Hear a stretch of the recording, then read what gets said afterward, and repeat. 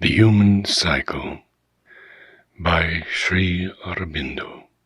Chapter 16. The Suprarational Ultimate of Life. For this growing collectivist or cooperative tendency embodies the second instinct of the vital or practical being in man.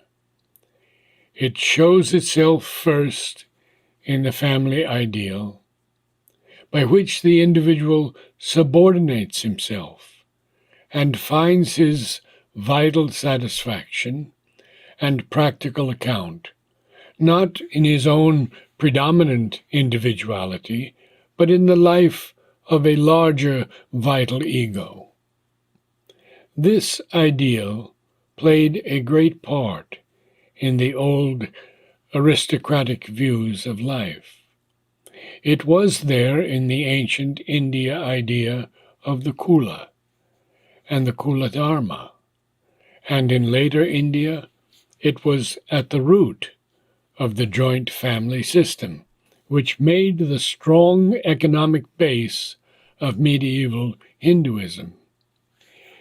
It has taken its grossest Vaishya form in the ideal of the British domestic Philistine, the idea of the human individual born here to follow a trade or profession, to marry and procreate a family, to earn his living, to succeed reasonably, if not to amass an efficient or ostentatious wealth, to enjoy for a space and then die, thus having done the whole business for which he came into the body and performed all his essential duty in life.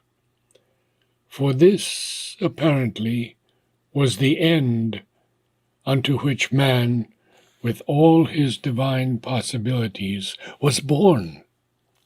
But whatever form it may take, however this grossness may be refined or toned down, whatever ethical or religious conceptions may be superadded, always the family is an essentially practical, vitalistic, and economic creation. It is simply a larger vital ego, a more complex vital organism that takes up the individual and englobes him in a more effective, competitive, and cooperative life unit. The family, like the individual, accepts and uses society for its field and means of continuance, of vital satisfaction and well-being, of aggrandizement and enjoyment. But this life unit also, this multiple ego, can be induced by the cooperative instinct in life to subordinate its egoism to the claims of the society, and trained even to sacrifice itself at need on the communal altar. For the society is only a still larger, vital, competitive, and cooperative ego that takes up both the individual and the family into a more complex organism and uses them for the collective satisfaction of its vital needs, claims, interests, aggrandizement, well-being, enjoyment. The individual and family consent to this exploitation for the same reason that induced the individual to take on himself the yoke of the family, because they find their account in this wider, vital life, and have the instinct in it of their own larger growth, security, and satisfaction. The society, still more than the family, is essentially economic in its aims and in its very nature.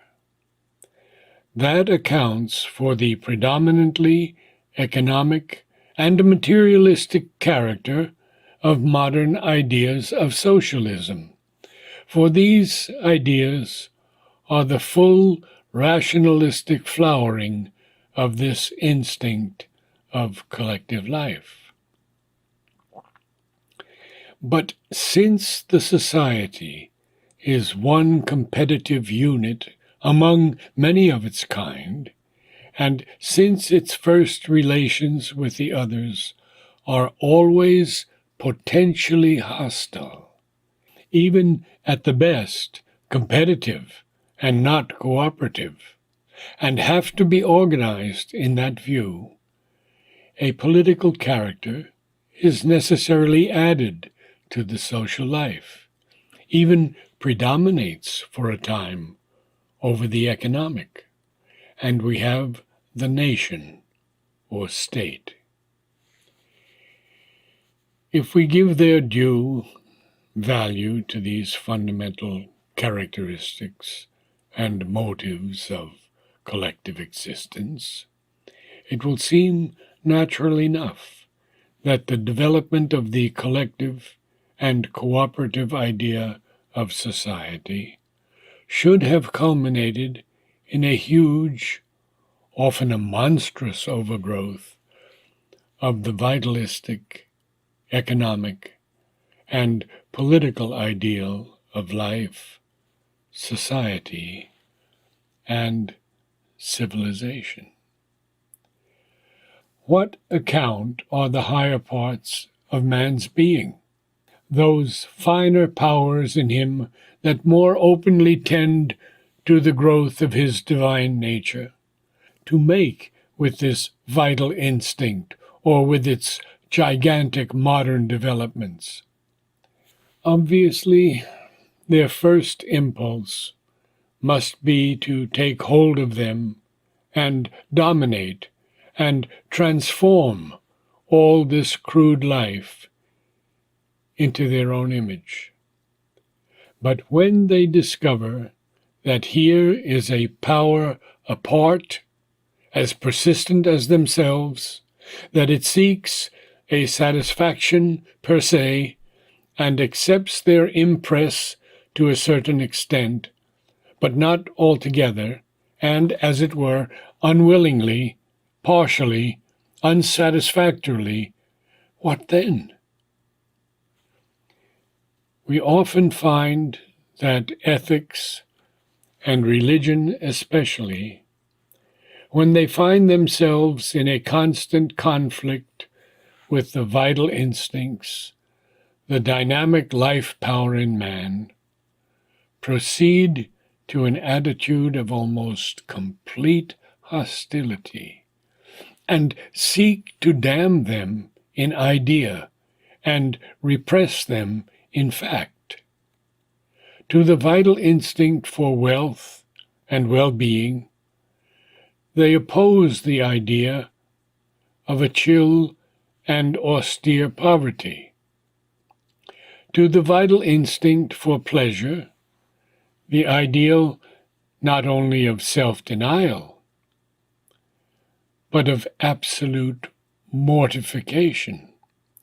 To the vital instinct for health and ease, the ascetic's contempt, disgust, and neglect of the body.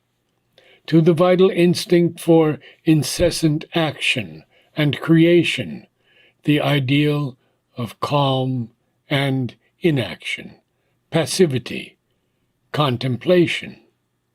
To the vital instinct for power, expansion, domination, rule, conquest, the ideal of humility, self-abasement, submission, meek harmlessness, docility in suffering. To the vital instinct of sex, on which depends the continuance of the species, the ideal of an unreproductive chastity and celibacy, to the social and family instinct, the antisocial ideal of the ascetic, the monk, the solitary, the world-shunning saint. Commencing with discipline and subordination, they proceed to complete mortification, which means, when translated, the putting to death of the vital instincts, and declare that life itself is an illusion to be shed from the soul, or a kingdom of the flesh, the world, and the devil. Accepting thus the claim of the unenlightened and undisciplined life itself, that it is not, was never meant to be, can never become the kingdom of God, a high manifestation of the Spirit. Up to a certain point, this recoil has its uses, and may easily even, by tapasya, by the law of energy increasing through compression, develop for a time a new vigor in the life of the society, as happened in India in the early Buddhist centuries. But beyond a certain point, it tends not really to kill, for that is impossible, but to discourage, along with the vital instincts, the indispensable life energy of which they are the play, and renders them in the end inert, feeble, narrow, unelastic, incapable of energetic reaction to force and circumstance. That was the final result in India of the age-long pressure of Buddhism and its supplanter and successor, illusionism. No society wholly or too persistently and pervadingly dominated by this denial of the life dynamism can flourish and put forth its possibilities of growth and perfection. For from dynamic, it becomes static, and from the static position, it proceeds to stagnation and degeneration. Even the higher being of man, which finds its account in a vigorous life dynamism, both as a fund of force to be transmuted into its own loftier energies, and as a potent channel of connection with the outer life, suffers in the end by this failure and contraction. The ancient Indian ideal recognized this truth and divided life into four essential and indispensable divisions: artha, kama, dharma, moksha. Vital interests, satisfactions of desires of all kinds, ethics and religion, and liberation or spirituality, and it insisted on the practice and development of all. Still, it tended not only to put the last forward as the goal of all the rest, which it is, but to put it at the end of life, and its habitat in another world of our being, rather than here in life as a supreme status and formative power on the physical plane. But this rules out the idea of the kingdom of God on earth, the perfectibility of society and of man in society, the evolution of a new and diviner race, and without one or other of these, no universal ideal can be complete. It provides a temporary and occasional, but not an inherent justification for life. It holds out no illumining fulfillment, either for its individual or its collective impulse. Let us then look at this vital instinct and life dynamism in its own being, and not merely as an occasion for ethical or religious development, and see whether it is really rebellious in its very nature to the divine. We can see at once that what we have described is the first stage of the vital being, the infrarational, the instinctive. This is the crude character of its first native development, and persists even when it is trained by the growing application to it of the enlightening reason. Evidently, it is in this natural form a thing of the earth, gross, earthy, full even of hideous uglinesses, and brute blunders, and jarring discords, but so also is the infrarational stage in ethics, in aesthetics, in religion. It is true, too, that it presents a much more enormous difficulty than these others, more fundamentally and obstinately resists elevation, because it is the very province of the infrarational, a first formulation of consciousness out of the inconscient, nearest to it in the scale of being. But still it has too, properly looked at, its rich elements of power, beauty, nobility, good, sacrifice, worship, divinity. Here, too, are high-reaching gods, masked but still resplendent. Until recently, and even now, reason, in the garb no longer of philosophy but of science, has increasingly proposed to take up all this physical and vital life and perfect it by the sole power of rationalism, by a knowledge of the laws of nature, of sociology and physiology and biology and health, by collectivism, by state education, by a new psychological education, and a number of other kindred means. All this is well in its own way and in its limits, but it is not enough, and can never come to a truly satisfying success.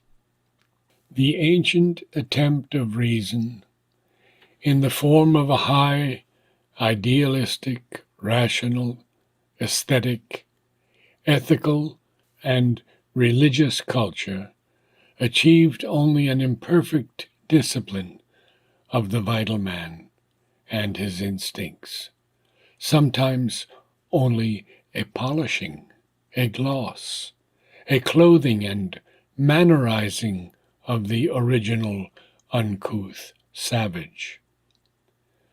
The modern attempt of reason, in the form of a broad and thorough, rational, utilitarian, and efficient instruction and organization of man and his life, is not succeeding any better, for all its insistent but always illusory promise of more perfect results in the future.